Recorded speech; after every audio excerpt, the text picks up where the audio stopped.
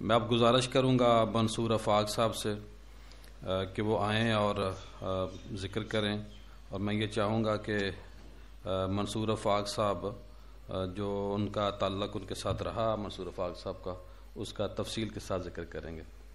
جی، ڈوگر صاحب کے ساتھ کوئی زیادہ گہرا تعلق میرا کبھی نہیں رہا۔ میری ان سے چند ملاقاتیں ہیں، وہ بھی اطول حق قاسمی صاحب نے کرائی تھیں اور نوائے وقت کے اندر ہی ہوئی تھی اخبار کے۔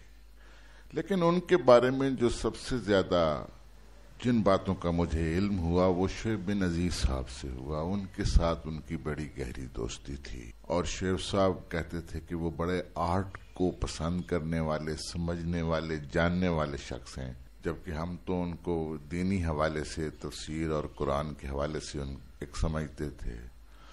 تو اور بھی بہت ساری باتیں ان کے بارے میں شعیب صاحب نے کی، لیکن خاص طور پر جو بات ابھی دلاور بھائی نے بھی کی کہ وہ بہت ایماندار آدمی تھے، کہ زندگی کے ہر معاملے میں انہوں نے پوری ایمانداری کے ساتھ دیکھا کہ میں نے یہ کرنا ہے یا یہ نہیں کرنا، حتیٰ کہ خبر لگانے میں خبر کتنی لگانی ہے اس میں بھی وہ ایمانداری کا خیال رکھتے تھے۔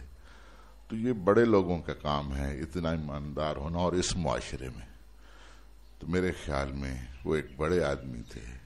اللہ تعالیٰ انہیں جنت و فردوس میں جگہ تھا۔